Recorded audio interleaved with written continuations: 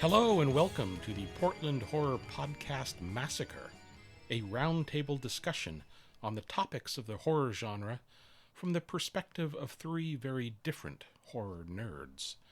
Welcome to episode 3. My name is Jeff Dean, and I'm joined here by my two beautiful co-hosts, Heather Alexander, Willy Greer, and we're coming to you from beautiful Portland, Oregon. This episode is going to be what we call the triple feature, where we've each picked a film and we've all watched it, and we will be discussing said films. So Heather's picked a film, I've picked a film, and Willy's picked a film, and we're going to have a great time discussing them. argue vehemently about them. That's right. There might be a... No particular theme, just random choices. That's right. It's fun. Alrighty, but before we get started, we are going to do kind of recent watches, what we've seen recently. Who wants to start with that? I'll go first. I have a lot, you guys. I had a feeling. Yeah.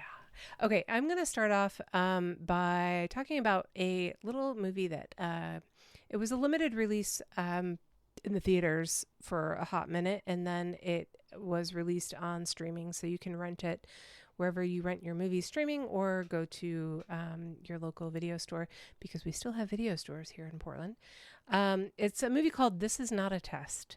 It is based on a YA novel by Courtney Summers. It's directed by Adam McDonald, who also did 2014's Backcountry, 2017's Pyewacket, and 2024's Outcome the Wolves, but I haven't seen that one.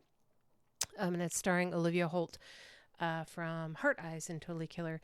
But it's this great little zombie movie that takes place from the perspective of these teens that are banding together in an abandoned high school to essentially survive a sudden zombie apocalypse. I really liked it. It was pretty scary. Like, it was a great zombie movie just in general, but then there was some young love. There's some, lies and deception, and some great gore. So yeah, it was a great little survival zombie movie. I, as we all know, love zombie movies, so it's hard to do me wrong by one. And this one, Did really you rent good. it? Or... Yeah. Okay. I think it was like, I don't know, $7 or something. Okay. Would you recommend it then? Absolutely. I mean, you gotta love zombie movies, and maybe even like YA perspective movies, but it was really well done. And Courtney Summers, the author of the novel, did the screenplay, so it was pretty close to her original vision. But yeah, it was good. Cool. Say it was from the same maker of Pyewacket? Yeah. I dug that one quite a bit. Yeah. Yeah. And Backcountry, I mean. Okay. Yeah. It was, Oh, okay. Pyewacket. I loved Pyewacket. Okay. Yeah. I ditto Willy. You ditto Willy. Yeah. Yeah, you do ditto Willy. I said ditto. Oh, okay. Oh, yeah. Don't yell.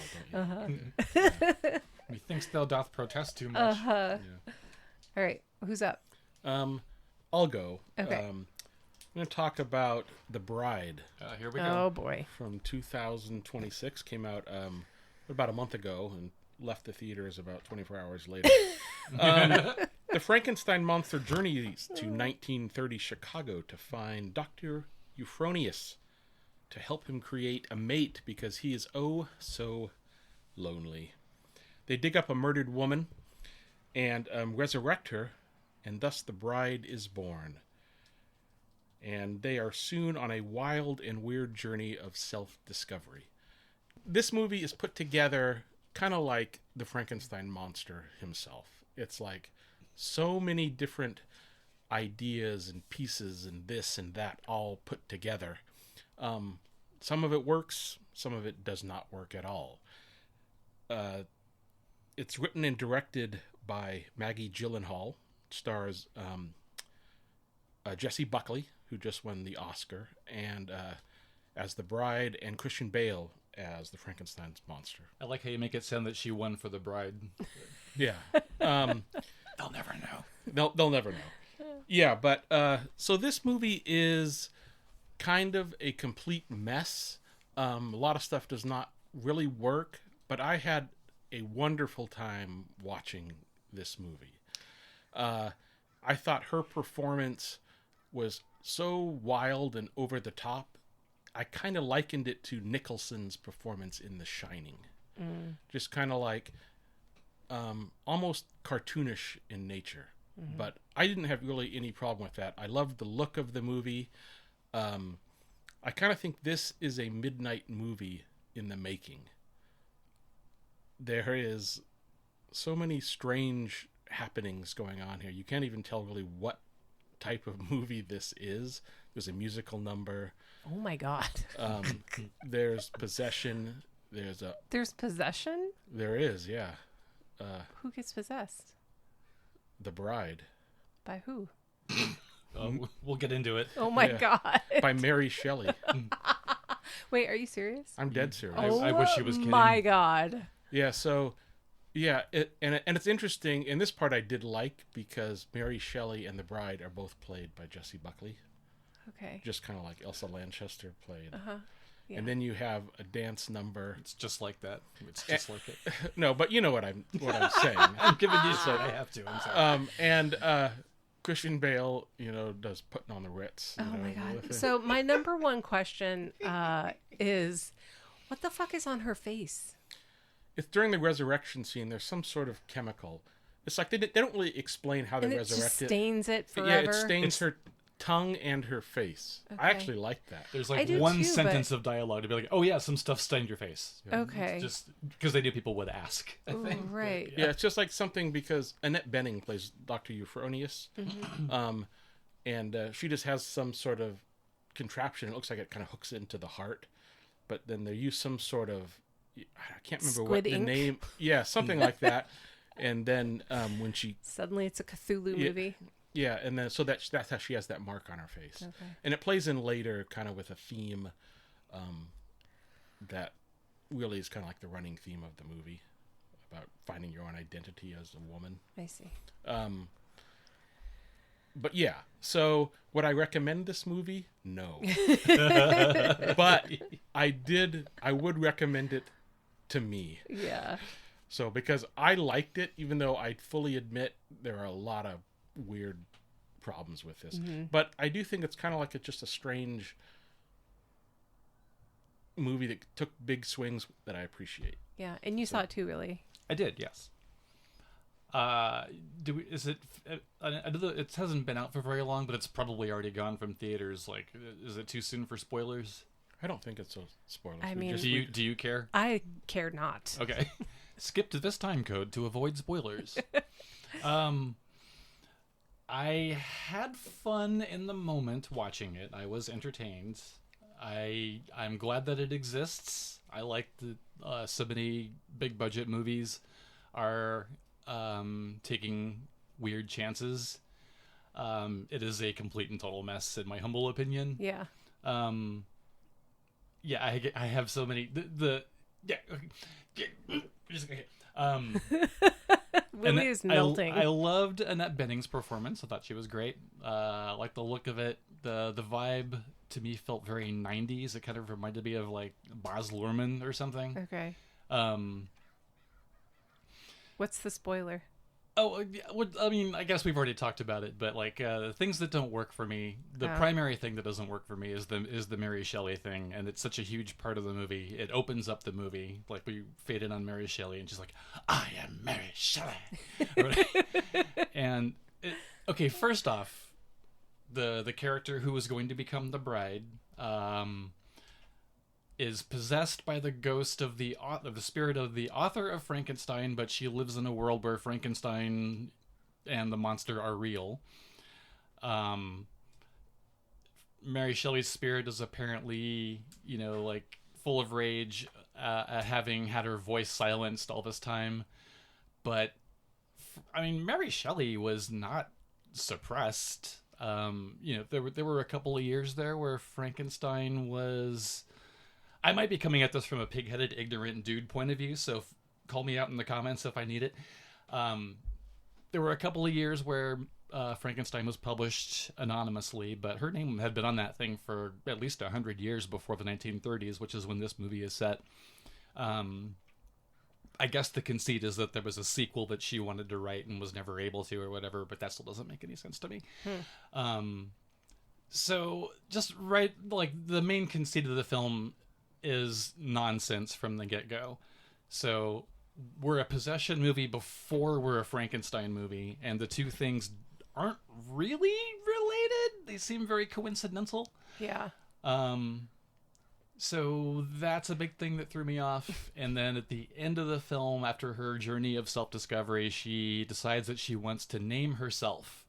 And she names herself the Bride.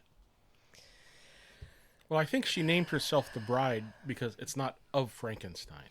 But it's still like a patriarchal archetype, and it's not it's not a name, it's a noun. It will be a name now, because now you'll see So people. do you sign your name with the, or are you just Bride? And then you put an exclamation point at the end. Right, is Bride your middle name and the's your first name? I have so many questions, but These questions and many more will not be answered by viewing The don't Bride. know that we should spend more time on this movie, Fair but enough, I fair do enough. want to see it if it's free and somebody pushes play for me.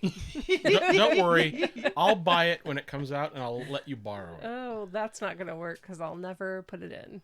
It's kind of like Frankenhooker. When I let you borrow it, and we never watched it for like 2 years. Yeah, well, I eventually did. Okay. And it was okay. All right. Let's see what else here. I have so many. I've got one too. Oh yeah. Oh, sorry. I'm just over here in the corner. I try not to bother You're anybody. just here looking pretty. I did want to thank you guys for reminding me about Mother of Flies. I did catch that this past weekend and Still fucking haven't loved seen it. that. Yeah. But yeah, I am very, very glad that the Addams family exists. Mm-hmm. I love what they're doing so much. They are really proving what is possible, what just a family of 3, sometimes 4, I think, can do in their backyard, literally, and some really good VFX plugins, of course. But a fucking awesome movie, great character study. Again, another kind of witches versus patriarchy theme, which that's been a trend since 2015. I wonder why. I'm not really sure. But it doesn't show any sign of slowing down, and I'm very, very happy. Just more witch movies, please. We cannot get enough. Yeah, I love Toby Poser. I think she is one of my favorite indie actresses of the time. Oftentimes when a horror fan describes a horror movie as being metal, they usually it usually just means that it's like brutal and fucked up. But just the essence of this movie is fucking metal in the best possible way. Didn't the last movie, not the last movie, but one of the more recent movies, the other witch movie that they did, her and her daughter were literally in a metal... Yeah, Hellbender. They were in like a metal band in their garage. And they are that band in real life too. Okay. And Hellbender's got some songs on the soundtrack for this one. That's amazing. Yeah, I thought that Mother of Flies, I watched it again. I think I talked about it, was it the last episode? Yeah, or maybe the first episode. Yeah. But I think that's my favorite that they've done. That and Hellbender are the 2 best. But I think after watching Mother of Flies again, I was just like, they're getting better at movie making. I need to get on it. It's the only one that I haven't seen. So. Yeah, it's real good. The only complaint I had about Mother of Flies was the actor who played the father. Just for some reason, I just didn't believe him. It wasn't actually John Adams. I don't know if that was that John Adams. I think so. Okay, yeah. I just for some reason his performance kind of was lacking compared to the other 2. Yeah, that was John Adams. Yeah, but that's a small complaint. Yeah, he was in still... The Deeper You Dig. I mean, he's been in a lot of them, but I really liked him in that one too. Yeah. Okay. My turn. Yes. Okay. All right. I'm going to talk about Whistle, a movie that also just dropped on VOD. I think that was in theaters for a hot minute as well. Directed by Corin Hardy, who did 2015 The Hollow, Hallow, which I really liked. And then 2018's The Nun, which we won't hold it against him, I guess. What is 2018? Say that again. Sorry. 2018's The Nun. Oh, The Nun. Yeah. Oh, yeah. I think I was like The Nun Witch. I missed that one. Yeah, and it was written by Owen Egerton, who actually I was on a panel with him maybe last year at Crypticon. He's the writer director of Bloodfest. Okay. 2018. Anyways, starring Sophie, I don't know how to say her last name, Nestle, the teen Shauna of Yellow Jackets, and some other people. It's a teen movie. It was really fun. It is about a cursed whistle that when you blow into it and you make the whistling sound, you're essentially summoning you at the moment of your death. And so no matter how old you are when you die, if you're 79 or if you're 54 or whatever, and how you die, it summons that supernatural being, and that version of you comes to kill you in the moment. So they have to figure out how to stop, their death selves from killing them now because they summoned them too early. So it's one of those kind of like rules, fable, mythology, teen horror movies that have some really awesome, gruesome deaths. And the only real setback for me was that there was not a lot of mythology on the whistle. They just kind of like briefly touch on it for a minute, and then they just accept that it exists and that it summons their death selves or whatever. But is this Irish or American made? It's American. Okay. Yeah. But it was really good. I enjoyed the hell out of it, and I think that it's going to be one of those movies that if you hate it, you have a lot to hate about it, and if you love it, nobody can tell you that it's bad. Like, it's just going to be awesome. And I was one of those people. I was watching it by myself, and I was like, holy shit, this is so good. And then I was like looking around at no one in the room, looking for validation, and I didn't get any except for Jonesy, my cat, who was like, yes, it is good. He loved it. He did love it. But yeah, again, that one is a rental wherever you rent movies. Yeah, I love The Hallow. Yeah, I thought that was I like did too. really, really good. So good. So yeah. Yeah, I read about this a little bit, so I'm curious to see it.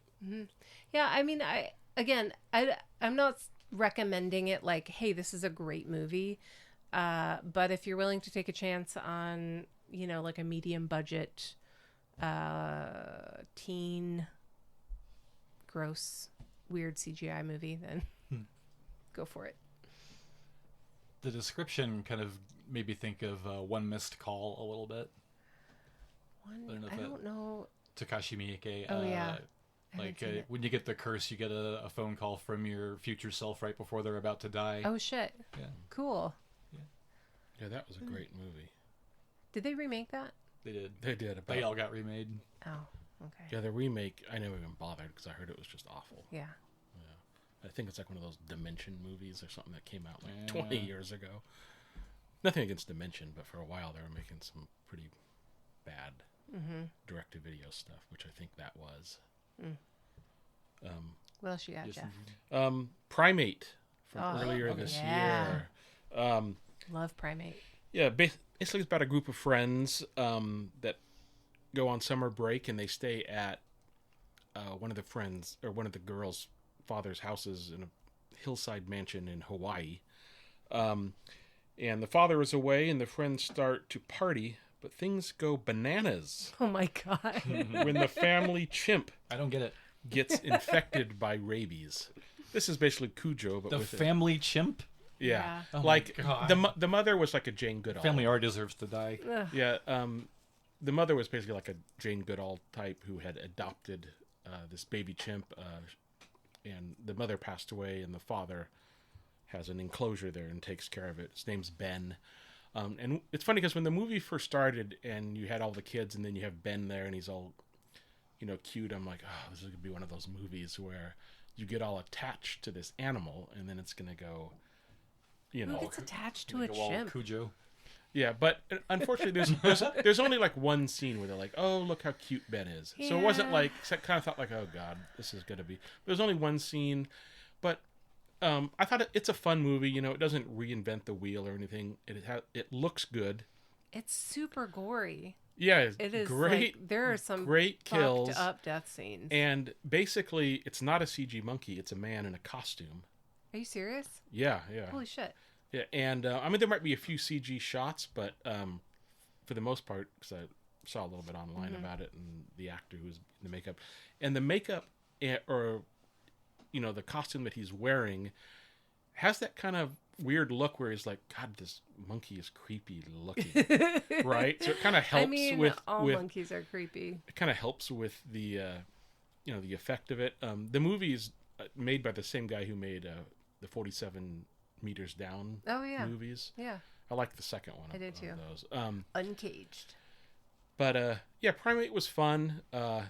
It's pretty lean, like 90 minutes. Nice running time. Yeah, it's great. I loved it. Gets to the point pretty quickly, and a lot of good carnage, and pretty much the whole movie takes place at this mansion. Gorgeous Hawaii mansion, right on the cliff. Yeah, and it's a fun 90 minutes if you're into animals run amok type movies, or men in rubber suits run amok. Yes, but they really, what they should have named this movie? Furious George. Oh, yeah, seriously. God. That would have been a You're better title fired. than Primate. But it's a decent. And it's now, if you have Paramount Plus, it's streaming on there for free. Oh, is it? Yeah. Nice. Yeah. I want to show it at summer. So it's like if the Gordy's home sequence from Nope were a full-length movie. Yeah. Okay. Oh yeah, that's what I thought it was actually when I saw the ad for it. I was like, "Holy shit, are they making a full-length movie I would about love to see that?" that. I mean, honestly, Yeah. if you're out there listening, Willy, what do you got? Nothing else. Okay. I've been watching non-horror movies that aren't worth talking about. Wow. I know. I'm sorry. Who even are you? I'm married. It's she wants to watch the Oscar movies and stuff. I'm like, oh my god. Boring. At least there were some horror movies nominated for Oscars this year. That's True. Very Yeah. true. All right, I will talk about Undertone, the least scariest movie you'll ever hear. I know a lot of people out there loved it. I am not one of them. It was a good movie, and that was about it. It had some good atmosphere. I enjoyed the performances, but I thought it could have been way creepier.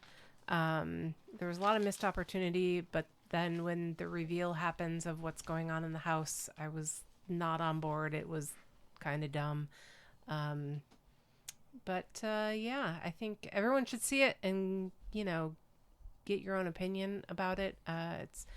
I tend to not like very, I don't know, like the really popular, like I hated Babadook and I was crucified for that. So You just like action and gore I and do. zombies. Yes. Yeah. Give it to me.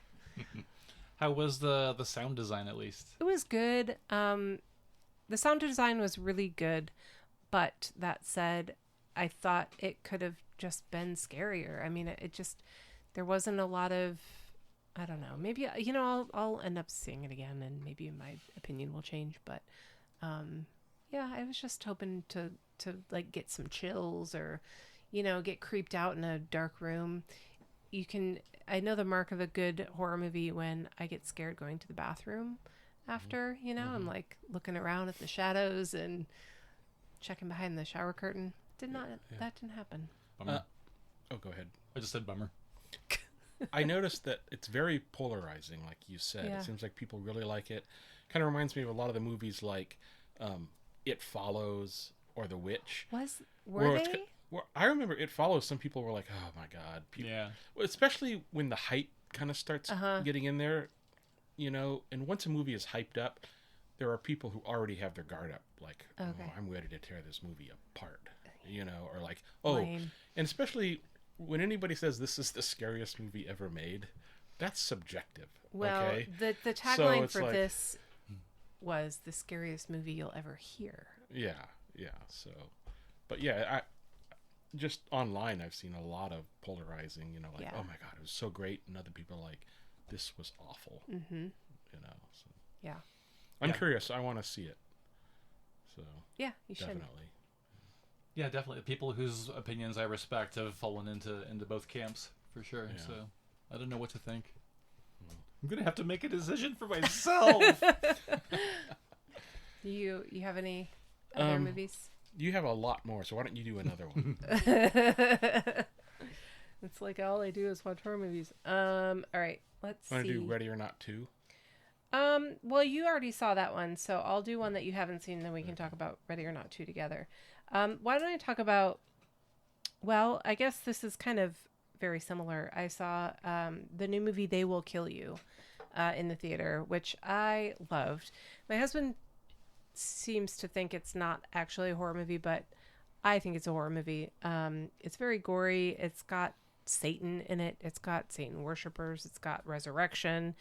It's, very actiony. It's been described as Kill Bill meets Ready or Not 2, and I think that's a really good description of it. It is written and directed by Kirill Sokolov. I'm terrible at pronouncing names, so forgive me.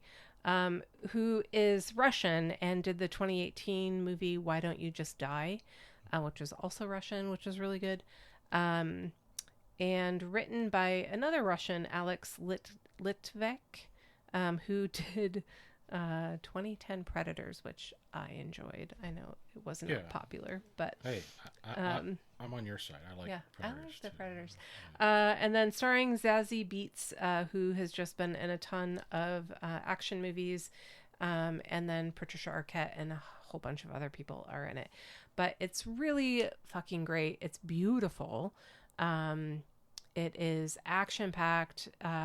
Essentially, a woman is searching for her sister who's gone missing. She discovers that she was last seen at this really elite apartment building in a big city. They might be in New York. And so she gets a job as a maid to go in there and find the sister, because it's very, you can't just walk in this building. So she gets a job as a maid. It's her first night. She is settling into her room, and she's immediately attacked by these cloak wearing people who kind of come out of the walls, and she fights for her life. The fight scenes are really creative. It reminds me of just a very well choreographed action movie.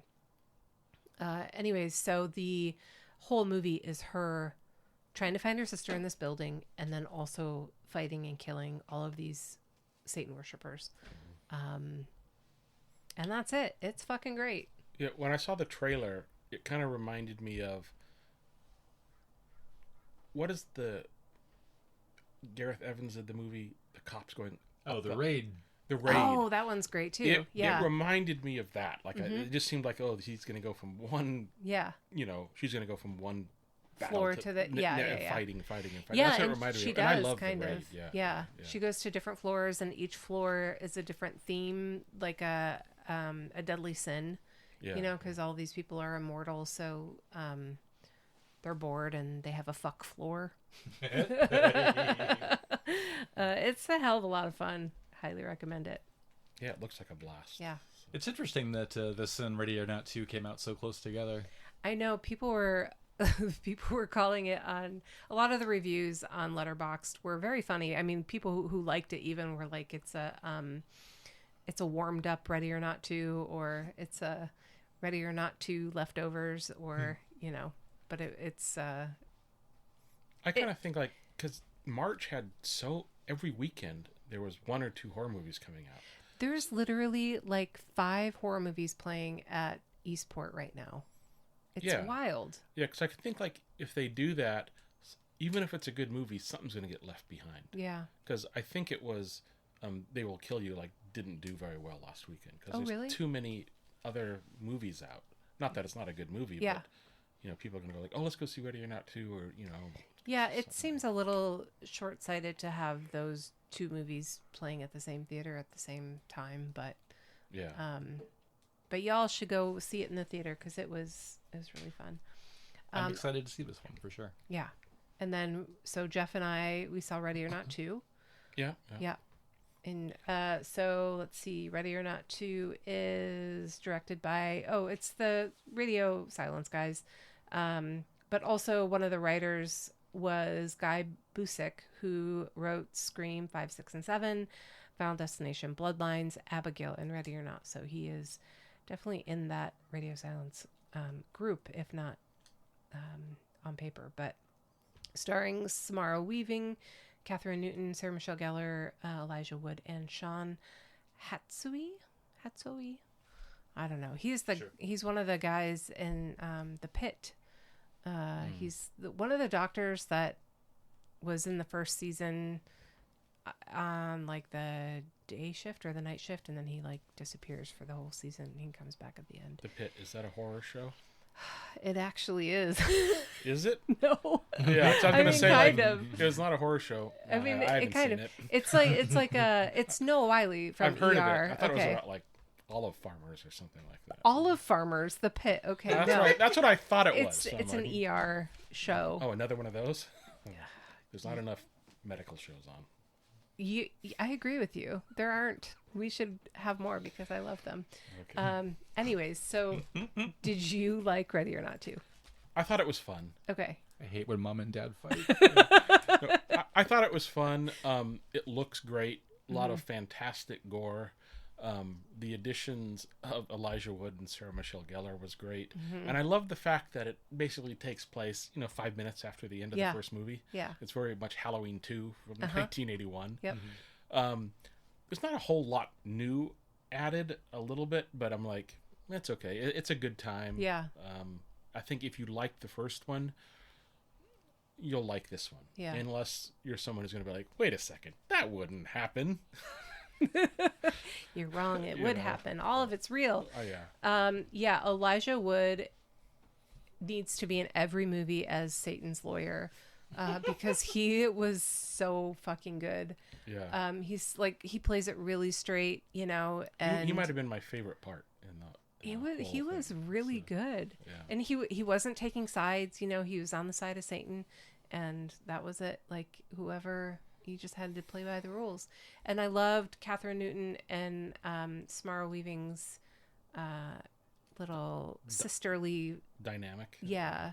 They're kind of like, they don't like each other. They've got some family drama. So they're very like arguey, and it was cute. Those two have become like quite the Scream Queens. yeah. Yeah. They're both in quite a few horror I films know. the last 5-7 years or love something it. like that, right? Mm-hmm. It's good that I'm sure that's what they're offered now a lot. Mm-hmm. But I know a lot of times after a while, sometimes the actresses are like, no, I want to branch out and do something else. A boring drama. Yeah. A love story. A medical drama. Gross. You know? You have anything else you want to talk about? Yeah, I want to talk about something.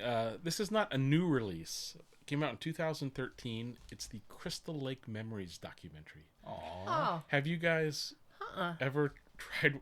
I'm not going to say try watching it because it's... I own that fucker. I used to fall asleep to it. Yeah, because it's a hefty 6 hours and 40 minutes long. Holy shit. Yeah, it's based on Peter Brackey's book, Crystal, the coffee table book, which is a fantastic tome. Yeah.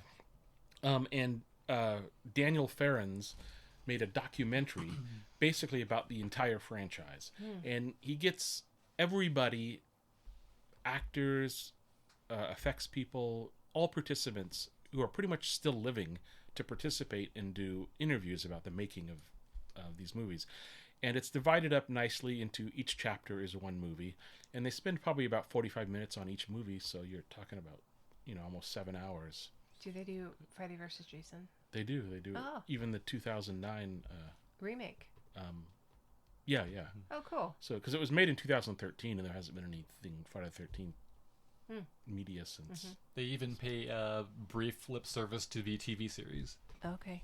Yeah, and they have a lot of people when they filmed this who have since passed, like Betsy Palmer and Warrington Gillette. So they're in there. It's narrated by Corey Feldman, and he kind of does this corny thing at the beginning where sitting around the campfire telling people about, Jason and stuff. But that's fine. That lasts 5 minutes, and then it gets into the making. But it's a fantastic documentary. I'd highly recommend it. I don't know if it's streaming on Shudder. It's like I bought it on Blu-ray at a convention, and then a little while later they had like, we had so much more material. Send us $20 and you can get a bonus disc. So I had that. Damn. So there's like 4 hours more of stuff. Yeah.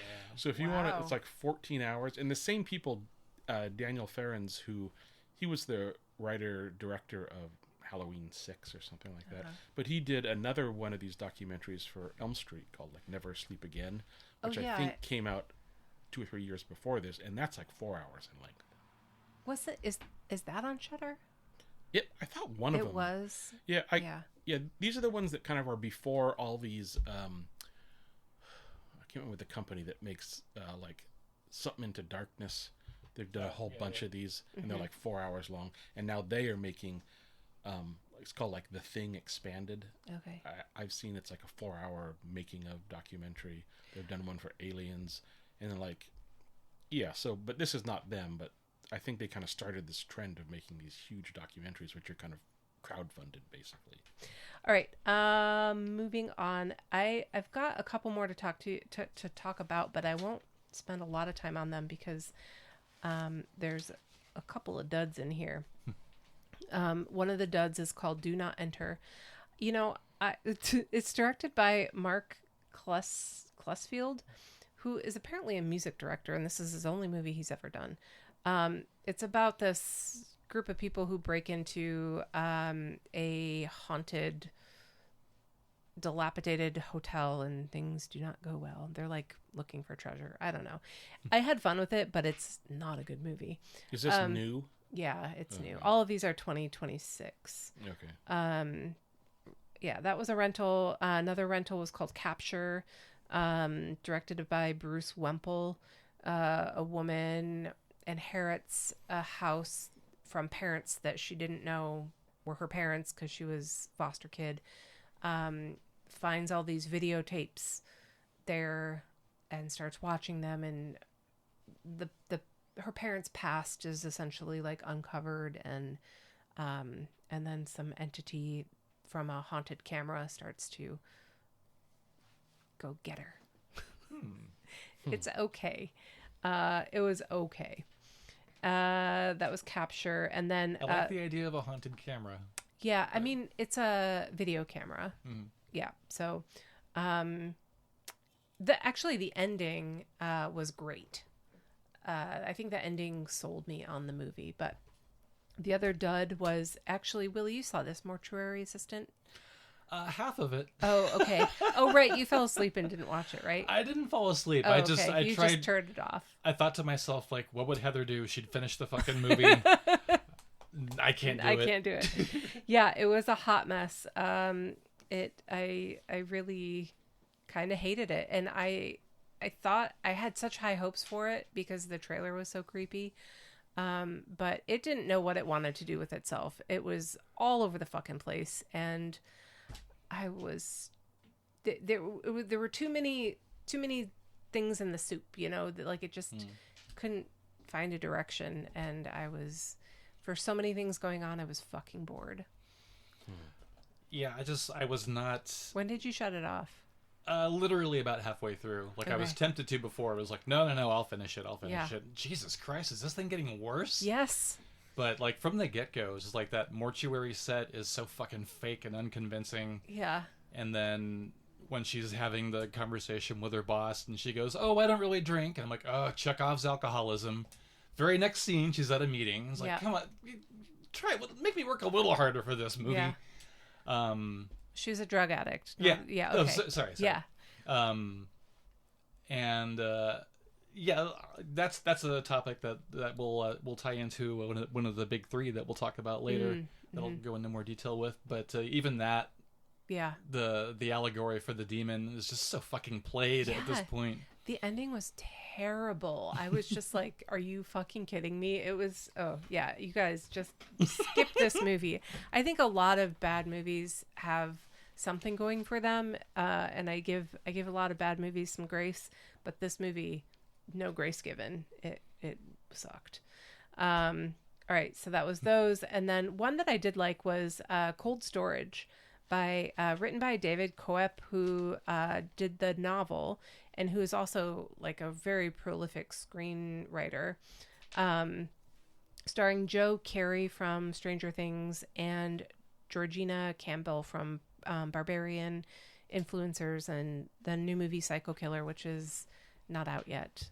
I think it was out in theaters for a minute and it's not on VOD yet. But Cold Storage, it's essentially, long story short, it's a storage facility that's built on an old government facility that's like hiding bad things away. So they essentially had this thing from a meteor that replicates. It's like a fungus, but it will like eat you from the inside out and then make you into a monster. Pretty cool special effects, really fun creature feature. They're essentially trapped in a storage facility outrunning this fungus that is infecting every living thing that it possibly can. And then, yeah, it was a lot of fun. That one is streaming as well. Cool. Yeah, David Cope wrote Jurassic Park. Yeah. And Stir of Echoes, the screenplays. Yeah. And then he also wrote the new Spielberg sci-fi one that's coming out this summer. Something Disclosure Day. Yeah, Disclosure Day. Yeah, so this was good. Yeah. Yeah. It was good. I thought the CGI could have been a little bit better. But it was absolutely fun. Like I saw the movie Ick last year, which I really liked. This kind of has the same vibe, like a fungus that's just like taking over the world. Last one I want to talk about is called Forbidden Fruits, and that one is also in theater. Written and directed by Meredith Alloway, which is her first feature film, starring Lily Reinhart, who is Betty on Riverdale, Victoria Pendretti, who is Nell from Flanagan's The Haunting of Hill House, and a bunch of other women, Alexandra Shipp, who was in Tragedy Girls, and Lola Tung, who hasn't done any horror, but she apparently was on that very popular TV show, The Summer I Turned Pretty. It's compared to like Mean Girls meets The Craft, and it kind of is that, but it's not very horror. It's definitely not scary. It turns horror at the end where all of the women essentially, they're all kind of, there's a lot of fighting and weird social structure that's happening in their quote unquote coven. And it all comes to a head at the end, and that's where the horror comes in. But there's no magic, to be clear. And it's essentially these girls who work in a clothing store in a mall, and they're all just very, I don't know, girly. I don't know. And they're trying to do this like little sister coven thing, and it's cute. It's very, kind of Heathers-ish. I had fun with it, but if you're looking for an actual horror movie, it's not really that until the end. But if you're looking for like a cute little fashion-y, sisterhood mall vibe, this is the movie for you. Just like Slacks. I mean, you know what? I wish it was Slacks, because then it would have had more horror in it. But yeah. When I think of mall horror, I think of Shopping Slacks. Mall and Slacks. I love Slacks. I mean, I don't love Slacks. I Dawn like of the Dead, hello. Yeah, That's true. Yeah. Never seen it. Oh, The Initiation. Oh, yeah. Initiation. Oh, right. The 80s one. Yeah, Yeah. Daphne Zuniga. Yeah, that was good. I like that one. I did too. All right. Okay, so I think that's all of my recent watches. Thank you for listening.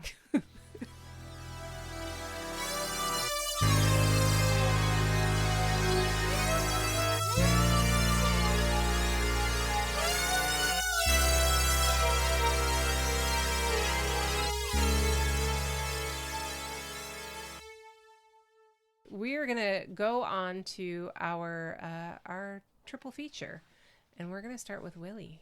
Oh God, the pressure. Okay. All right. This one is it's just been one of my favorites for a very long time. It's a very simple movie. I'm talking about 2020's The Last Matinee, also known as Red Screening. This is a production from Uruguay, directed by Maximiliano Contenti, co-written by him as well, I believe. I personally, it's one of my subgenre fetishes is movies that take place in movie theaters. And there have been several horror movies with this premise, and I wish I liked half of them more than I did, but there are a couple of bangers, of course. The ones that I can think of off the top of my head, we've got Your Demons, Popcorn, Anguish, Porno, Movie House Massacre, Movie Theater Massacre, Midnight Movie. I think The Final Girls probably counts in there too. Drive-In Massacre, The Last Showing, and Closed Circuit. That's an older one, I think. But basically, this one has the most in common with Anguish, which I think was from 80 or 81. In so much as it's about a slasher who is stalking a movie theater during a horror movie, and he has a very similar fetish for ocular trauma that the killer in Anguish does. So it's an old palatial style theater that's not doing real well. It's this screening of a very weird Euro sleaze Frankenstein movie is very sparsely attended by some people who were there on a date and want to get busy. Some of them are just teenagers causing trouble, an old man who just wants some shelter, and a random dude who just kind of shows up with his jar of pickled olives, which he's just down to his last olive, and I guess decides that since a grocery store is too far away, he'll just pop into the movie theater and kill some people and pop their eyeballs out to dunk into his pickle jar. And that's what it is. It's just a killer killing some folks in a movie theater, and it's really, really beautifully shot. I would call this more of a slasher than a giallo, but it we can't have nice things, but it has the feel of a giallo for sure. There's no murder mystery. You know who the killer is right away. Interestingly though, like, you never know anything about him. You don't know his name or any of his backstory. So in that sense, there's a little bit of final exam going on in there too. But the killer's identity is known from the beginning, and the murders only get slightly Freudianly sexual. So slasher movie more than a giallo, but it's got that beautiful Italian Dario Argento, Mario Bava feel. Mm-hmm. And I just love the vibe of it so much. And one of the other attendees of this screening is a little kid who has snuck in to watch a horror movie. And if you're one of us, and I know you are, you definitely identify with this kid, kind of like in horror and fascination at the same time watching this movie. Even though I think he pees his pants at one point, he can't leave the theater. He cries. Yeah. And he pisses himself. And at that moment I was like, get it together, kid. Come on. If you're going to be one of us, you got to toughen up. But yeah, like the movie, one of the opening images in the movie is a kid a different kid walking down the stairs and spilling a bag of gumballs that go like bouncing down the stairs. So and that's such a beautiful foreshadow. thought. It's very much a foreshadowed scene, which is witnessed by our little kid protagonist at the end, which made me think, like, I think this movie is basically like the metaphor for a little kid having his mind warped by seeing his first horror movie, which relatable. Yeah. I saw my first horror movie quite by accident in the theater. Yeah. And I didn't know what to make of it for a day or two, but within that week, I decided I was a fan of horror movies. Just got thrust into this rite of passage, saw some shit that I couldn't unsee, and decided I kind of liked it. Yeah, I quite enjoyed The Last Matinee. I saw it when it first came out in 2020, and then rewatched it recently for our discussion. I love the look of the movie. I love just that it's really kind of contained into this one environment. I think is pretty sweet. I love a good bottle movie. Yep. Yeah, and I like the fact that it's not, like you said, not just a giallo movie, though it feels heavily influenced by that. Very much so. But I really just kind of adored his fetish, which I guess we can spoil it, right? Oh, I kind of did. Yeah, his fetish for cutting out eyeballs. He scoops them out with an ice cream scooper. Yeah, ice cream scooper, and then and there's one part where he eats his own eye. Mm-hmm. Yeah, which is pretty spectacular. Pretty ballsy. Yeah. Yeah. Yeah, I also had seen it back in 2020 and rewatched it last night for tonight's discussion. I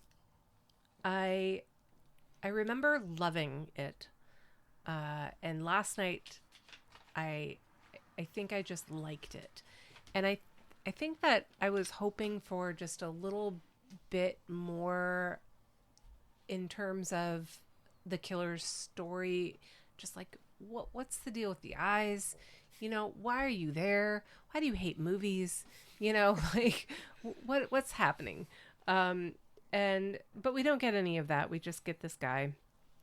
And so I was paying attention a lot to the details because I thought if they're not going to talk about what is happening here, they're going to put in a lot of Easter eggs to kind of clue us in as to what we should be expecting or what they're going for. And so once I started picking out the Easter eggs, I started putting it together a little bit more. So the movie theater is called Cine Opera, right?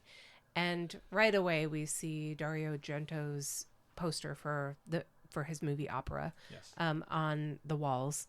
So we get a couple of shots of that. So it's like, okay, we're establishing a relationship with Giallo and Argento right away. Mm-hmm. And, you know, the music is very Giallo. The fact that the killer is wearing black leather gloves is very Giallo.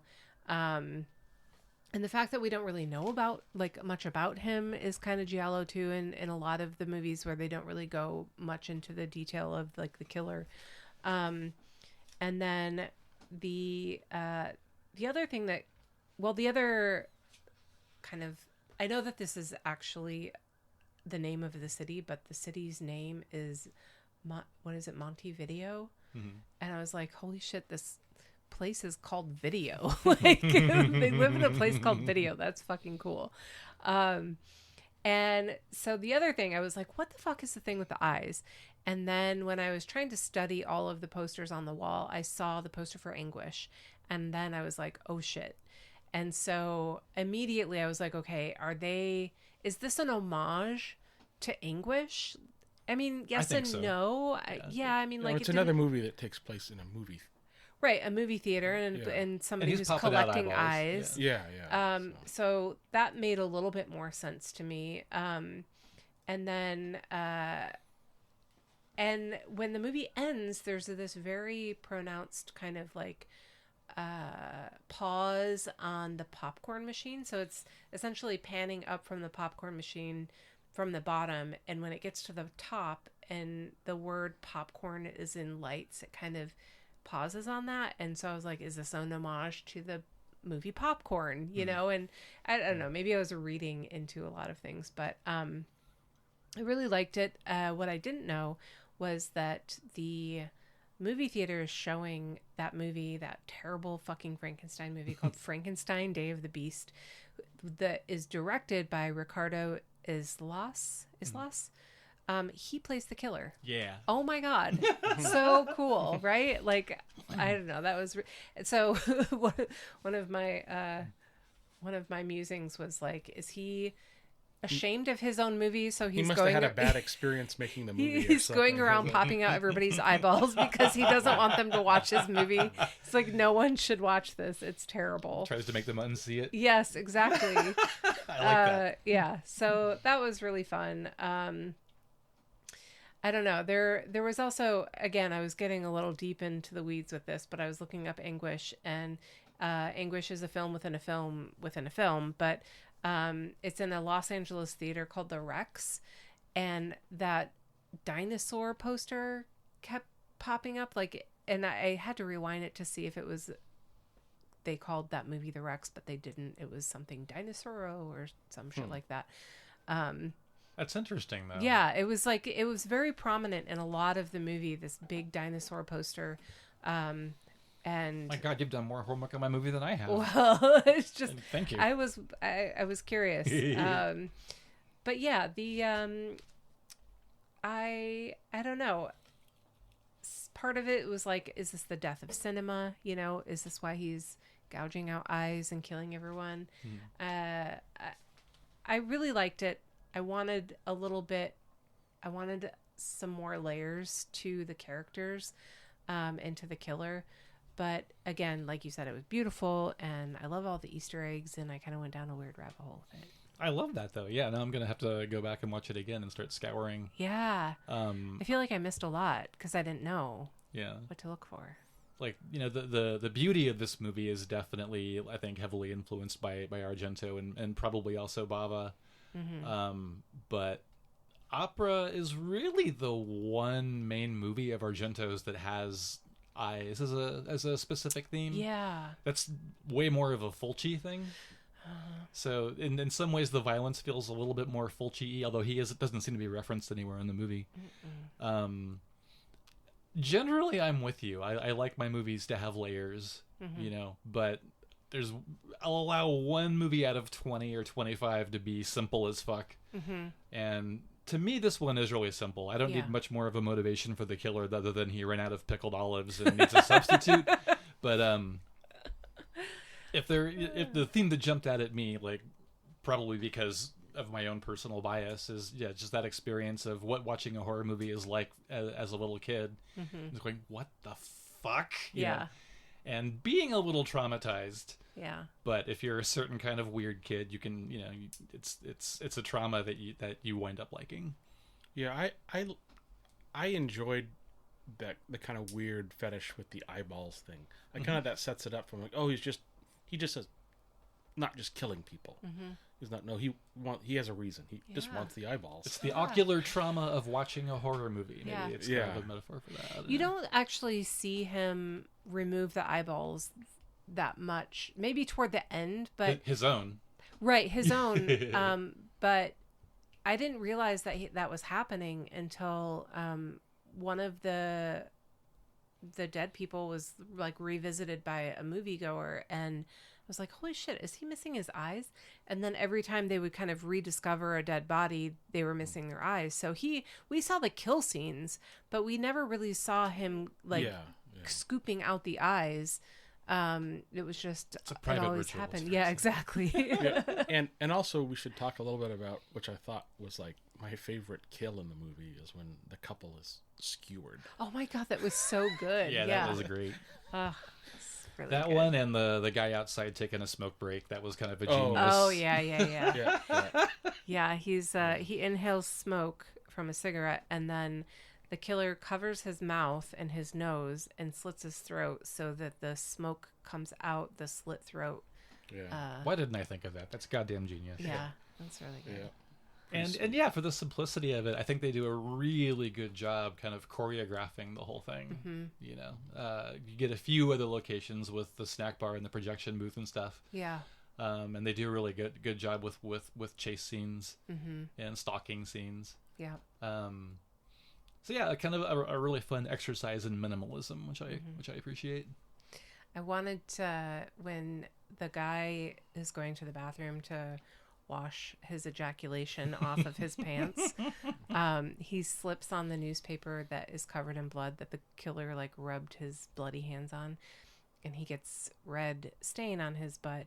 And when the projectionist sees him, she says, "Hey, you have a stain," and he thinks she's talking about his ejaculation, and he's like, "Oh," and he gets flustered and he goes in. But I wanted her to say, "You've got red on you." Yes. And I think it's a missed opportunity, but they need to go back and rewrite that.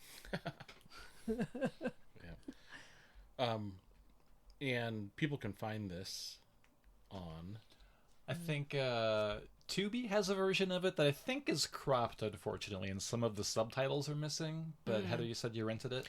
Yeah, I rented it on Google Play for $2. Okay. Yeah. It used to be on Shudder. It did for a long time. For a long time it was on there, because that's where I originally saw it, and I swear it was on there for at least 2 or 3 years.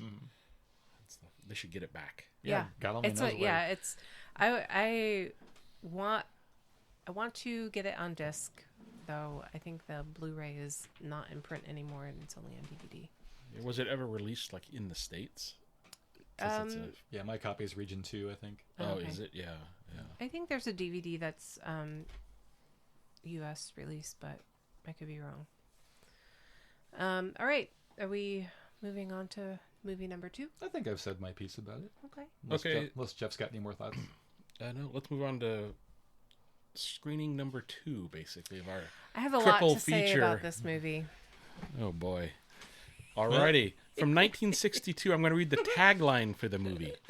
Sister, sister, oh so fair, why is there blood all over your hair? This is from the 1962 movie Whatever Happened to Baby Jane, directed by Robert Aldrich.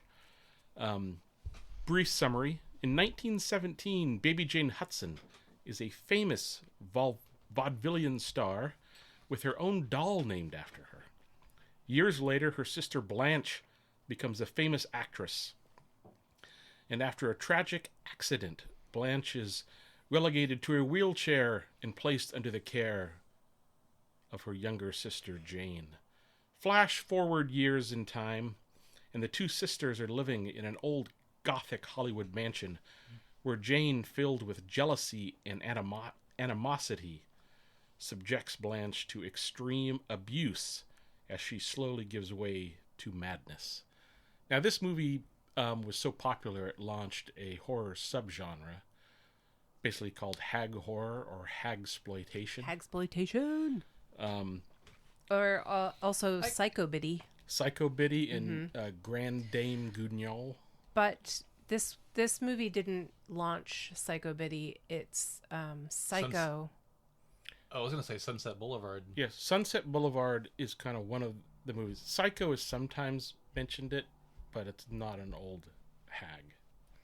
It's Well, not- we all know that it's not Spoiler. an old hag, but it's the demonstration or the projection of the old hag. Yeah. So it was cited as the beginning of Psycho-Biddy, but Yeah. I'm yeah. happy to be wrong. Yeah, and I mean, no, it's still kind of like it's a male gazy thing for sure. Yeah. If it's Norman's projection. Anyway, sorry. Yeah. yeah, but Sunset Boulevard is kind of more along the lines of the thing, because basically When did Sunset Boulevard come out? it's like 1950.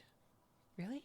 It's more of a noir, but I think it. Yeah. Yeah, but you know, a lot of what hagsploitation was these older actresses who were considered past their prime were finally given roles, but they were, you know, all as murderers or insane, you know, dames. Crawford went to that well a couple of times. I think. Yeah. Yeah. They, I mean, this movie gave Davis and Crawford a lot of roles. Like Betty Davis went on to do The Nanny, Dead Ringers. Crawford, pretty much all she did after this was horror movies. She did Straight Jacket, Berserk, I Saw What You Did, and the ever wonderful Trog from Is she in Sudden 1970. Fear? She is. That is Yeah, her right Sudden there. No, but I love Whatever Happened to Baby Jane.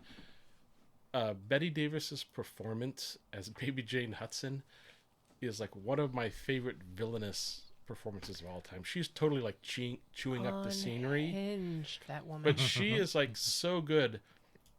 And yeah, I love movies about people where pretty much one of the main characters is mad, like crazy, which is like one of the reasons why I love the Psycho sequels. I love Deranged, that movie from 1974, where they're not just relegated to, okay, here's the villain, we're going to see them every once in a while. But in Baby Jane Hudson, you actually like kind of feel sorry for her, even though she's like completely demented. But the movie is talking a lot about celebrity and fame, and how once you're famous, it's painful to all of a sudden be forgotten. Well, that's kind of the substance, right? I mean, that's Yeah. why Demi Moore's character did what she did, because she needed that male gaze or any gaze to feel worthy or worthwhile even. And then Crawford's character of Blanche Hudson is not necessarily innocent, because at the end, when she describes because Baby Jane basically thought she was the one responsible for crippling her sister. Right. But that's not what really happened. Mm-hmm. So, and for the record, that's not too hard to figure out. Yeah. They hint at it a lot throughout the movie. I mean, just the fact they don't show any faces in that opening prologue kind of gives the game away for me. Yeah. And it's funny because there's basically 2 prologues in the movie. Mm-hmm. There's Baby Jane singing Whatever Happened to Daddy in the vaudeville days, and then we flash forward. We're in the movie studio, and the director is like, "Oh God, she's horrible. Shut it off," And that's 18 minutes of the movie. Yeah. Before you actually get to what they call yesterday. Mm-hmm. We actually see Crawford and Davis. And I think like the mansion, the set is fantastic. Such a beautiful house. My God. Yeah. And I drove by the house like 15 years ago. It's really? The outside looks pretty much the same. Yeah. I think the inside is the set, of course. Okay. But yeah, I think this movie kind of pushes some envelopes, because some of the abuse that Baby Jane dishes out is like she kicks her in the head, like when she goes down the stairs, and it's like, but the first time I saw clips from this movie is from the 1981, it was like a clip movie called Terror in the Aisles. Mm-hmm.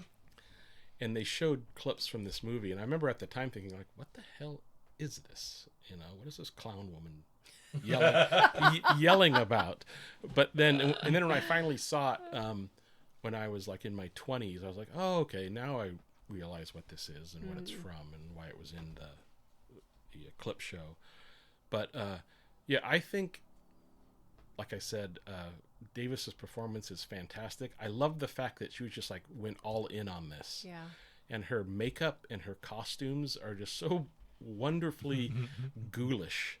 The fact that she's, a late 50s-year-old woman dressing like a little girl. Mm-hmm. And she's obsessed with her father. Yeah. And there's like a whole weird thing with that whole thing about like, I written a letter to Daddy. Mm-hmm. Yes. And like one of my favorite scenes in the movie is when she hires Edwin Flagg, the kind of huckster pianist, to help her revitalize her career. Who has his own mother issues, interestingly. Yeah. Played by a great Victor Buono. I think it's one of his first films, actually.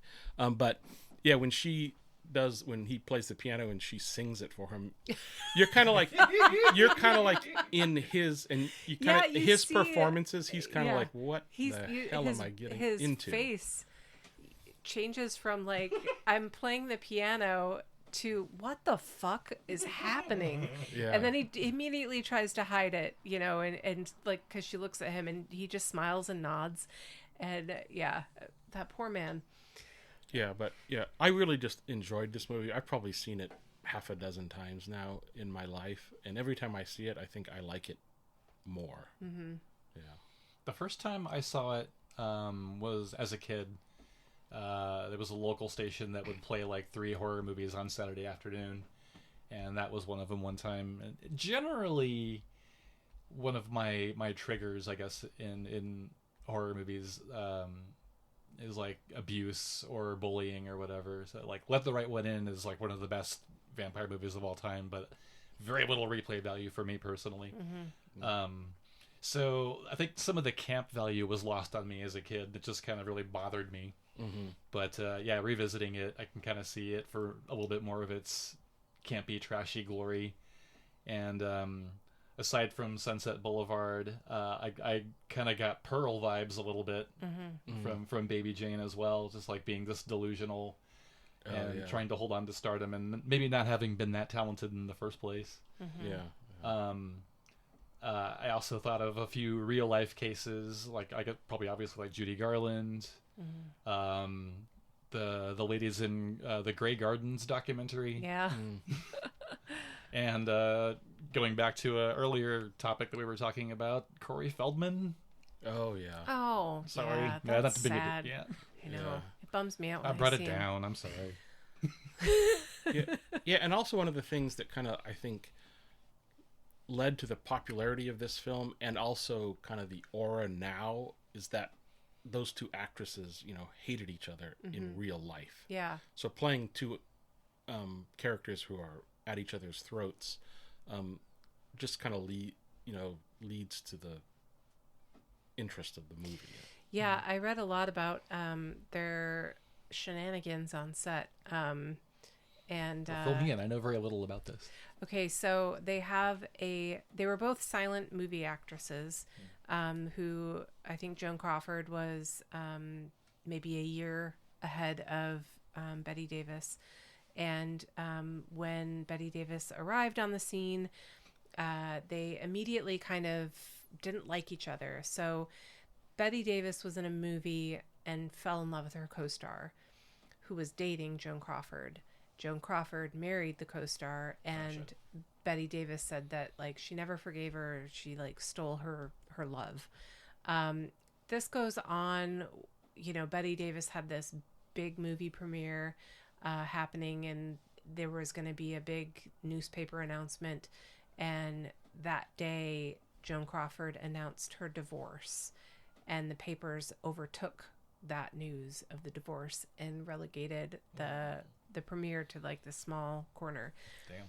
There was a lot more but Oscar stuff and just insulting each other's appearances and insulting each other's acting abilities. Bette Davis once said of Joan Crawford, she slept with everyone at MGM except for Lassie.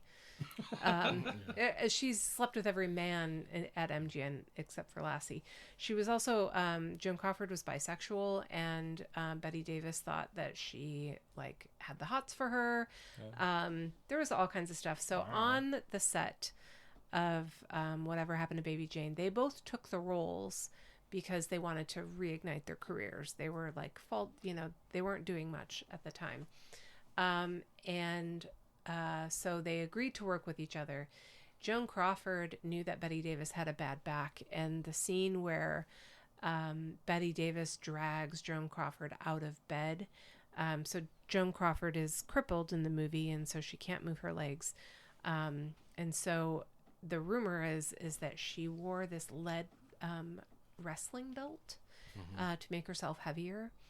And they had to do the take over and over and over because Bette Davis... Joan Crawford was so heavy that Bette Davis was struggling, and so they had to do the take over and over until Bette Davis was in agony.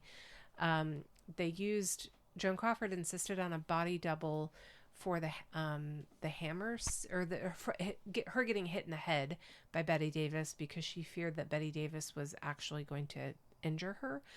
And something happened where they had to sub in Joan Crawford for a shot for that, and it's rumored that Bette Davis actually hit her really hard in the head and gave her a mild concussion. Wow.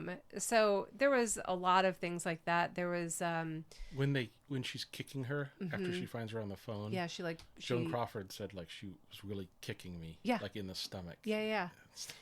Wow.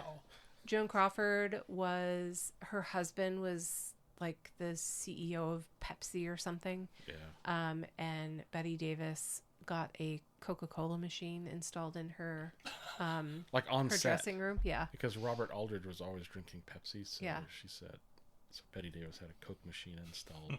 Yeah. Just to. So Wow. so that goes into let's see, what was it here? It's Hush Hush. Yeah. Sweet that's it. Charlotte. Yeah.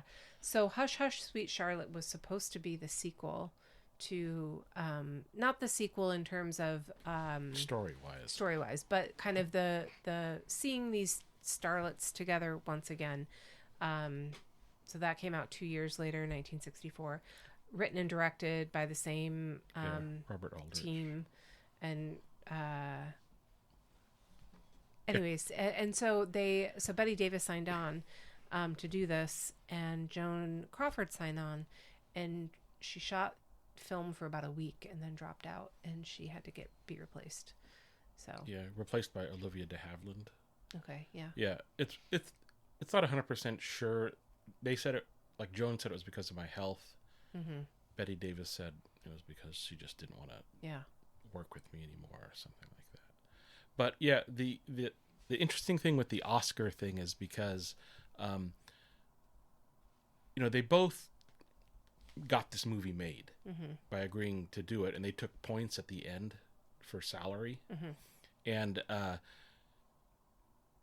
Crawford let Betty Davis have the more unflattering role because Crawford did not want to seem ugly on screen.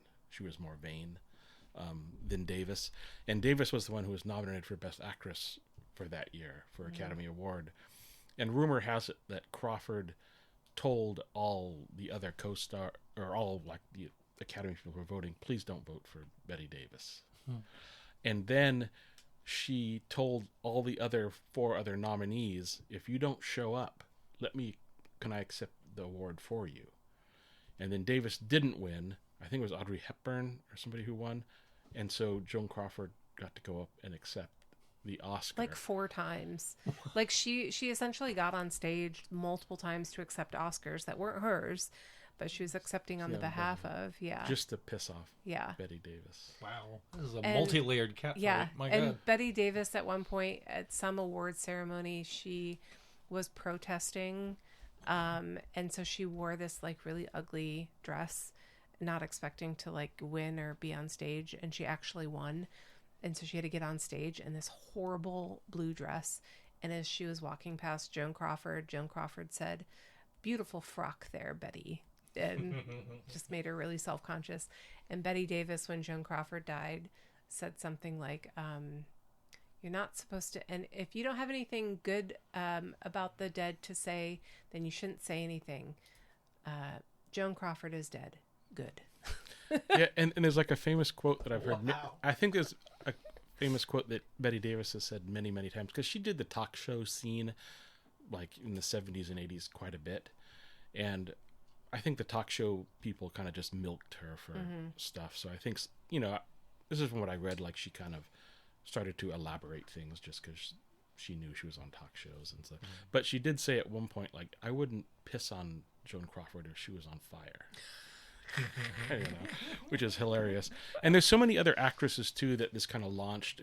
Older actresses like Debbie Reynolds, Shelley Winters, Tallulah Bankhead, who went on to do a lot of these movies like Whoever Slew Auntie Roo, Die Die My Darling, all these hagsploitation type films. And it's funny because in my research they put Misery down as a hagsploitation film. Even though I did think of that movie when I was watching Baby Jane. Yeah, but I can kind of see because it's an older woman. She's in her like 30s though. Kathy Bates in. I feel like she's not that old in Misery. I'll look it up like she's while in we her chat. Late 40s or 50s or something. Maybe I'm wrong. Yeah. Yeah, but I know. Like earlier, you had said the movie was way too long. Yeah, like it was a little long. I mean, I really enjoyed watching it. Of course, it's there's a part of me that was really identifying with Baby Jane when she's like wearing this. Look like, at the time! I gotta get out of here. Where she's like wearing this like cute little house frock, and she's got these slippers on, and she's just drinking like scotch right from a drinking glass and just like shuffling around the house. I'm like, man, that's I want to be that when I grow old. I mean, I am that now, but Life goals. I know. I was like, that looks like a good life. But yeah, it was a lot of fun. She doesn't start really getting a hankering to relive her glory days until like the middle of the movie. So you see her as, she was wearing some crazy makeup, and her hair is kind of insane. But she is in her everyday apparel, right? So she's like, this is how she is every day. And it's not until she decides that she wants to reinvent the wheel with her performance that she starts dressing in her baby doll outfits and doing the like heavy cake makeup. And that's when her psychosis really takes off, and she starts kind of doing some baby talk and, like, she's triggered because Blanche's movies are now on, right, running on TV, and she's getting fan mail, which she's hiding from her sister, right. And then the neighbors, come over to want to see her. The neighbor, by the way, is called Mrs. Bates. Yeah, sure. And the daughter is Betty Davis's real life daughter. Oh, really? Sure. Yeah. Oh, damn! I didn't know that. And I think it's kind of an interesting concept because when they show the old Joan Crawford movie that they're watching in TV, The Neighbors, then and you can hear it, a dog food commercial comes on.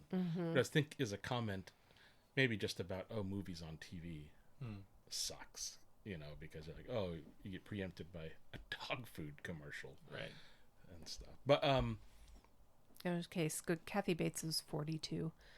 Hardly an old hag. My God. Yeah. Yeah, it was the dynamic. Yeah, I got you. But I wrote down reverse misery in my notes. I'm not quite sure what that means, but it made sense at the time. Yeah. Yeah, but dead parakeet, dead rat. I mean, that but rat didn't was eat like, your din-din. I know, din-din. Oh my God. I'm so hungry, but you didn't eat your din-din. Yeah, that was great. But also that fucking buzzer, I was like, girl, do you not hear the buzzer? Just stop fucking buzzing. You're literally driving your sister mad. And wouldn't you like maybe get a different, like a little chime? Yeah. He's like, for like 20 minutes. It was unhinged.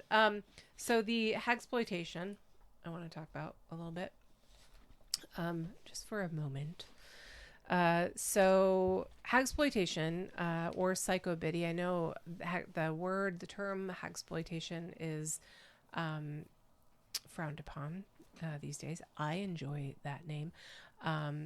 But so it exploits the stereotypes that we have against aging women, both physically, mentally, and as well as their status in society. So, women have to maintain their good looks, and they're not allowed to get old. And if they're getting old, they're not allowed to be ugly. And you also can't lose your mind, because that's bad. Also, Whatever Happened to Baby Jane was a novel first, by Henry Farrell, published in 1960. And Robert Bloch also published his novel in 1959.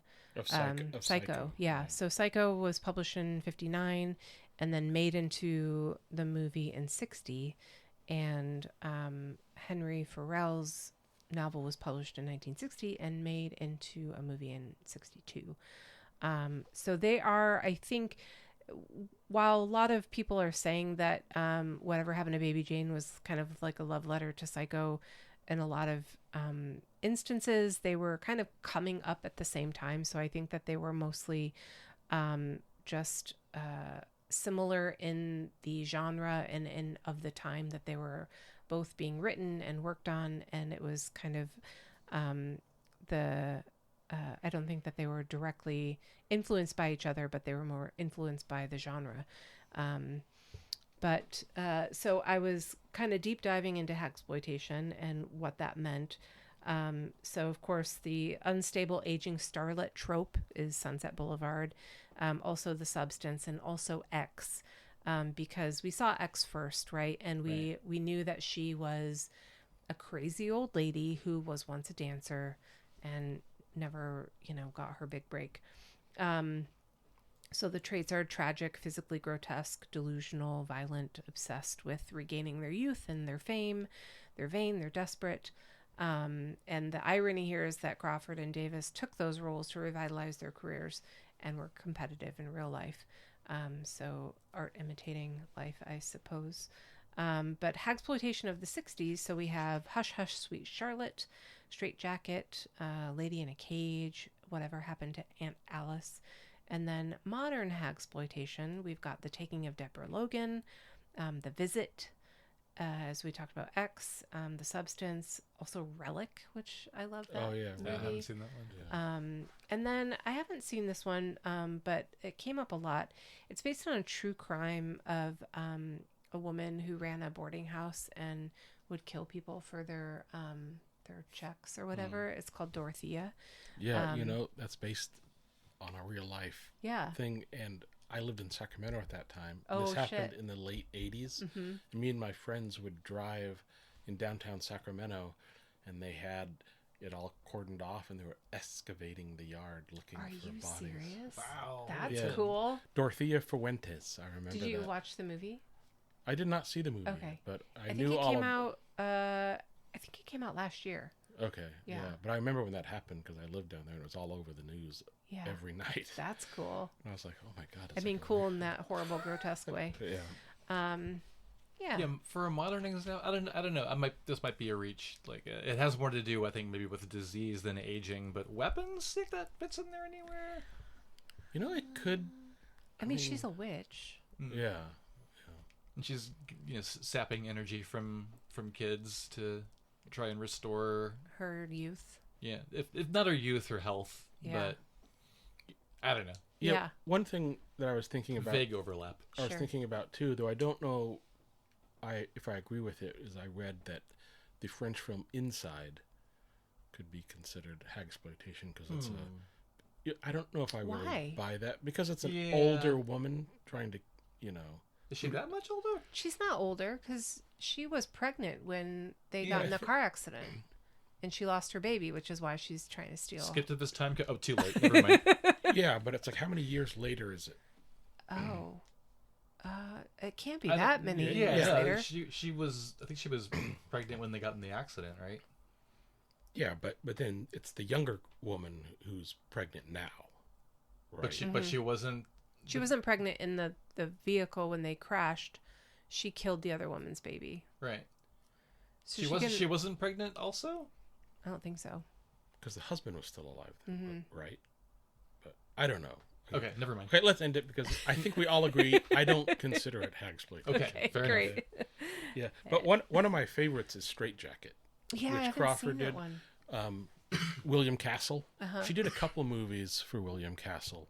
Joan Crawford did, and Straight Jacket is a really good time. We watched that recently a couple years ago at Slaughter. I know. Yeah. But yeah, that's a fun. I just recently bought a book that showed up today.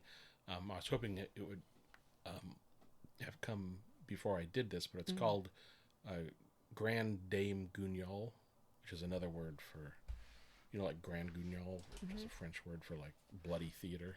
Okay. They went with the politically correct name, I guess, instead of hagsploitation. Rude. But yeah, it's a book all about these Oh, movies. really? So I'm gonna Oh, cool. dig in, Yeah. next week and look into it. I've seen a lot of the movies. Whoever Slew Auntie Roo with Shirley Winters is a good Christmas one. It's a lot of fun. Right. Yeah. That came up when I was researching Christmas movies to watch last year. And I watched a trailer for it and I said, nope. This is not a hagsploitation Christmas for me this year. I'm going to be hagsploited And when this, I get older. I remember seeing a drag show one time where they were parodying this movie because both these actresses are kind of gay icons. So of course they're going to parody this film. I'm pretty sure I saw some skits on RuPaul Drag Race. Yeah. Yeah. It's I kind of like, I don't know if it's a good thing or a bad thing that Judy Garland died she died like in 68 or 69, that I think she could have been in some of these movies. Not that I'm not sure of how many of these actresses are proud of them. I know Yeah. later in Crawford's life she said, that everything she did after Baby Jane was just garbage. Oh, okay.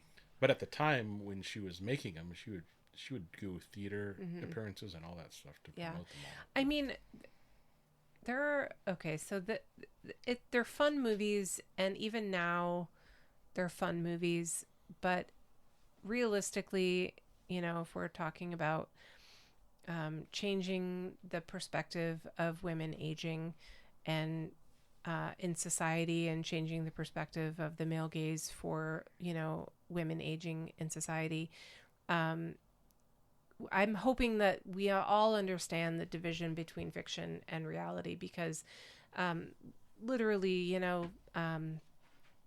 hysterical women were hysterical, and women are told to calm down, stop being so emotional, stop being crazy, like all of these trigger words to talk about women's mental health. And so we have these really fun horror movies and these psychological thrillers that lean hard into what it is to be an aging woman and what we expect of that aging woman, and that is hysterics, and that is crazy, and that is heightened emotions and all of these things, and to really grasp onto that fleeting beauty and to wanting to regain your youth and all of this shit that, as an aging woman myself, I don't really identify with. Like, that's not my journey, that's not my story.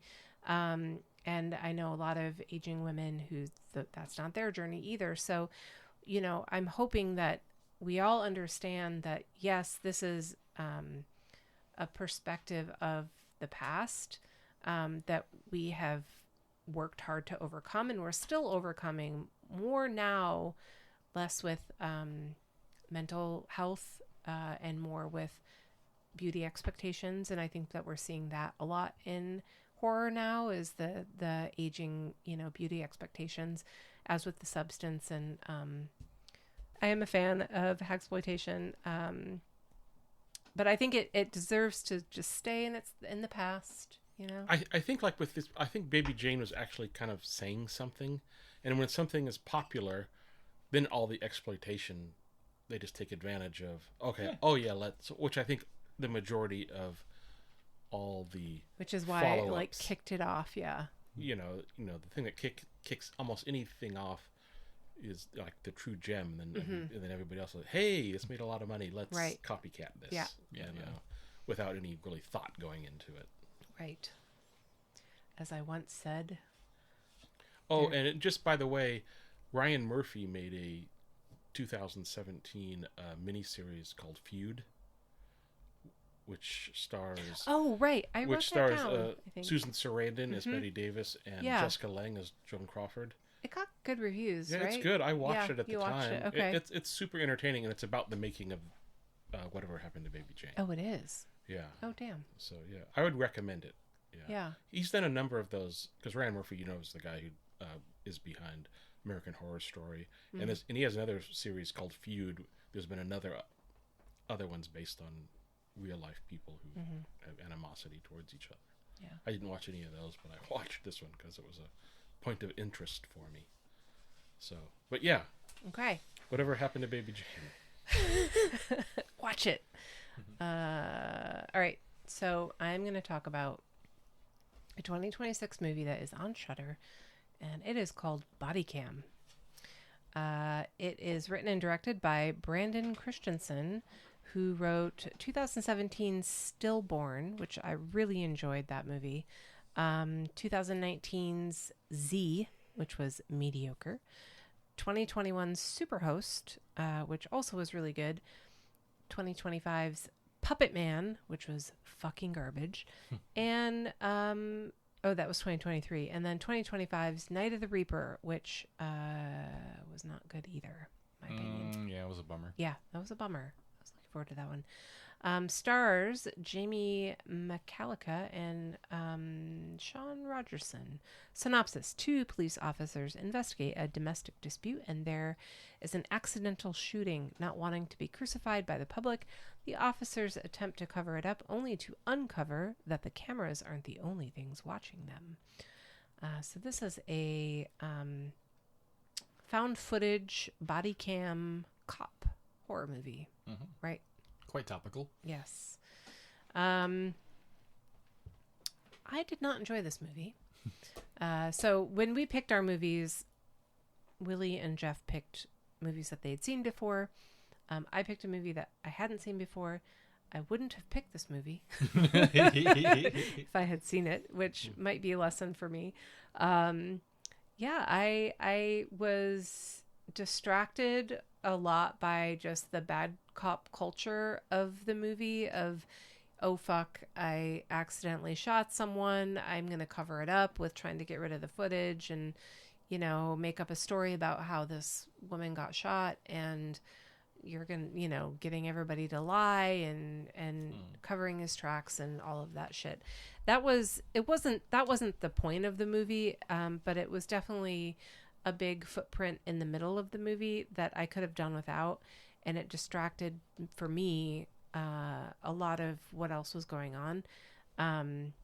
Because, you know, he gets very, paranoid and ecstatic, and he's just kind of like going mad with I don't know, with guilt and with trying to cover it up, and it was just it was an energy I didn't need in that part of the movie.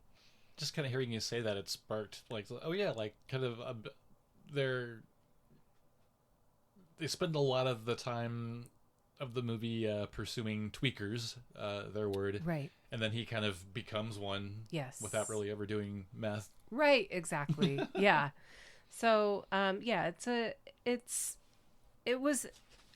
been compared to the VHS segment Stork. Yeah. From 2024's VHS Beyond, which is also takes place from the perspective of body cams, and police are breaking into a dilapidated home to find missing children, and they encounter a creature. So this one is, you know, two cops. So body cam is two cops breaking into a dilapidated home, responding to a domestic abuse call, and they find, chaos. I don't know. It's like a hole in the ground that says "rise" above it, and then and they find weird two people, a woman in distress upstairs, and then a guy downstairs holding something, right, covered in a blanket. Yeah. Is the crib covered in blood upstairs? The crypt has a dead dog in it. Oh, okay. Yeah. Okay, yeah. Yeah, and these people are they're not coherent, you know, and they're not even like quote unquote tweakers. They're just kind of like, I don't know, mumbling, confused, half possessed people. It's unclear. They reminded me a fair amount of the unhoused zombies, quote unquote, in Prince of Darkness. Okay, yeah, totally. I don't know. It just so the movie also, after they leave the house and they're trying to cover shit up, they also visit one of the cops' mom's house because something tragic happens. We don't have to spoil it, but yeah, something. Well, a couple tragic things happen. Yeah. Right. I plan on spoiling the fuck out of it, so we'll have a skip to this time code at some point. But... Oh yeah, I'm okay. We can talk about it. Yeah. Yeah, I mean, so yeah, one of the cops kills this baby, right? Yeah. He shoots something the baby. Guy wrapped in the blanket. Right. Is a baby. It's a baby. We don't know if this baby's alive or whatever, because these people are not right. Yeah. So the baby's probably not right. And then the woman freaks out and attacks the cop, and then he shoots her, and it's a whole fucking thing. And then they go to the mom's house, and she has these drugged up people worshiping some god in a room, and they're all hooked up to IVs or some shit like that. and then they, I don't know, they drive around, and then they start seeing this house reappearing in a city, and yeah, I thought like because it's the main guy's partner's mother's house, and I kind of thought maybe there's some sort of voodoo thing going on, and then later on it comes in like, oh, because the entity in the house knows like the enemy is that guy's you mom. took something from us, and so we take something from you, is what and kind saying. Of references his mother as like an enemy or something like that. I see. So and that she told them when they came to the house, you need to get out of here, you know. Yeah. But yeah, so my opinion of the movie was I liked the fact that it started off with a bang. Okay, it's like pretty much 5 minutes in, you're into the story and this and that. But the running time is like, what, 73 minutes? And it felt Seems like- about half hour too long. Yeah, it It's seemed It's like this, because there's stuff in the middle is like you're just kind of repeating the same thing Uh-huh. over and over and Yeah, over yeah, yeah. again. I kind of thought like this could have been a segment of, it could have been like a segment of like, Masters of Horror. It should have been Yeah. really 45 minutes. Well, I long. mean, honestly, VHS Beyond did it, and they Yeah, did it yeah. better. you Yeah, that's know? the thing, because it just goes on too long, Yeah. and then by the end, it completely lost me, Oh my God, and I was just like, the end. okay, I got, 10 minutes left. I'm just gonna finish it. But at that point, Yeah. but at that point, I was like, I Who don't cares? Yeah. care, and then the bad effects were just like, Yeah. Oh yeah. no, Willy, what is your opinion? Well, I do think it started off with a fucking bang. I was very impressed by that opening scene, as reminiscent of other movies as it might have been. Like, I kind of felt like that opening scene where they breach the house. It felt like it was the filmmakers saying, we're going to start our movie off with the finale of Blair Witch Project. So I was like, okay, where are you going to go from here? I'm Yeah. intrigued. And I gave it the benefit of the doubt, I think probably longer than you guys did. Yeah. I was intrigued by certain things. I think that whole idea of, a very politically charged horror film dealing with a cop who transgresses in the line of duty.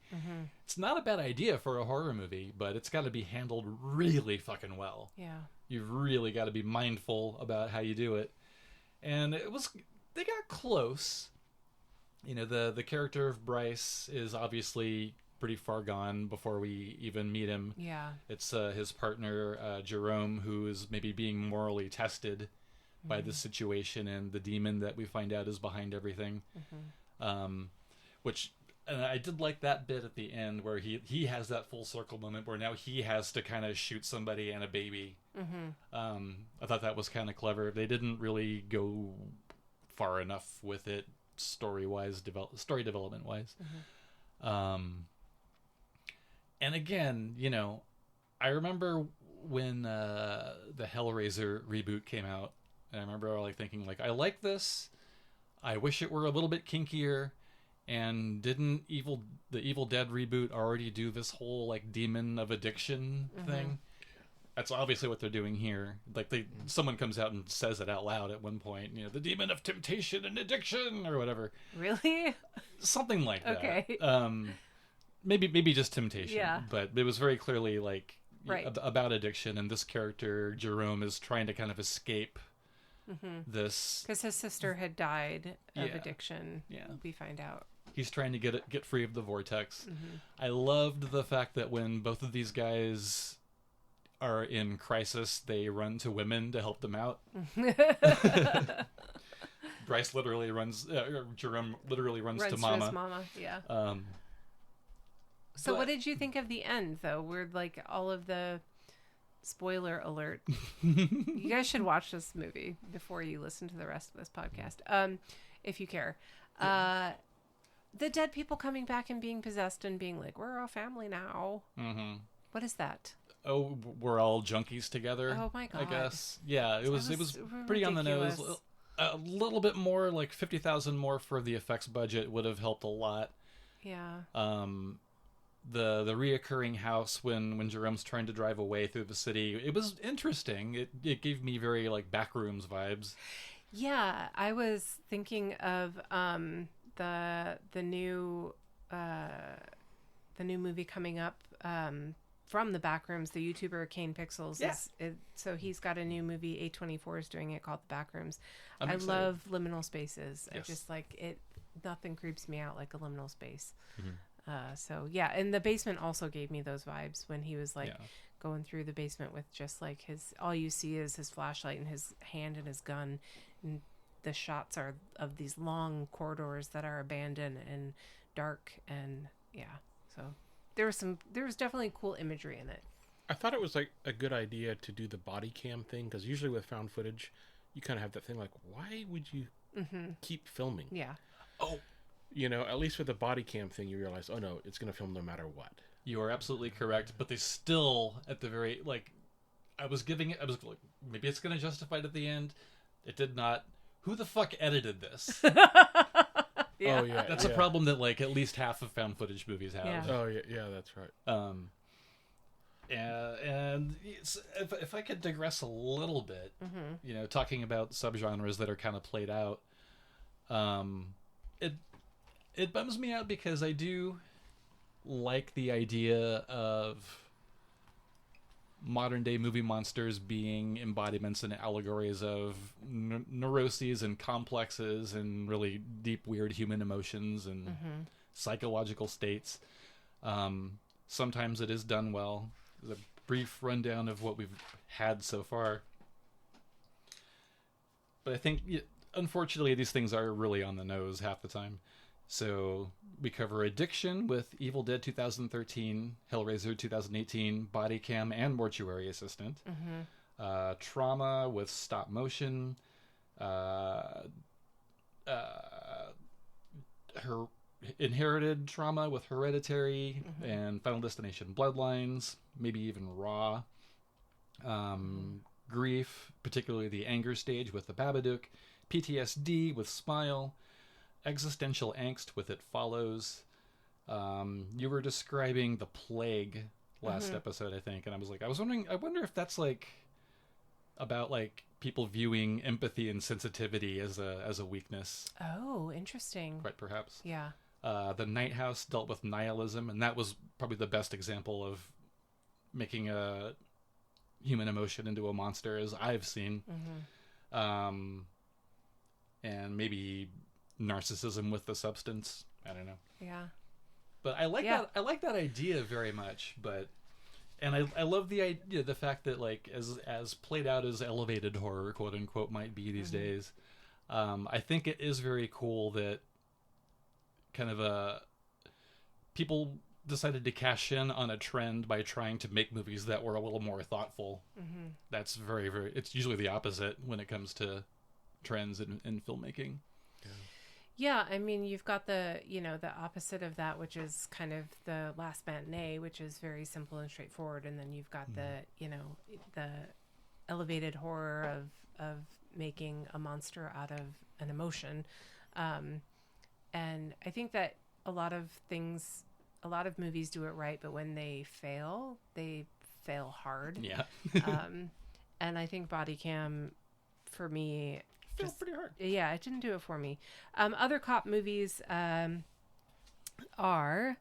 if cop movies are your jam, we've got Maniac Cop in 1988, Wolf Cop in 2014, The Last Shift in 2014, which was remade in 2023 as Malum.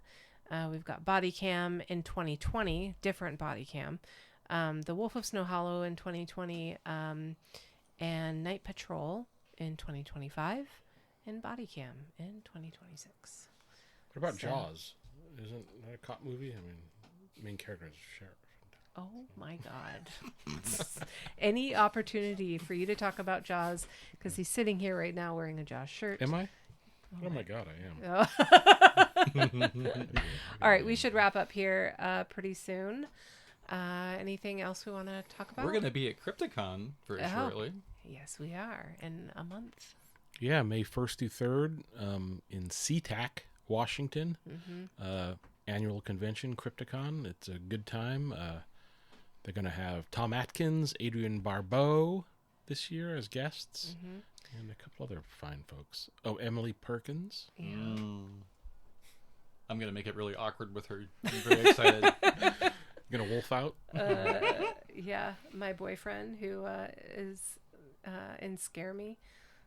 Oh, yeah, Josh Rubin. Yeah, Josh Rubin. Scare Me and Wounded Fawn and all kinds of good stuff. I'm going to be real awkward and weird around him.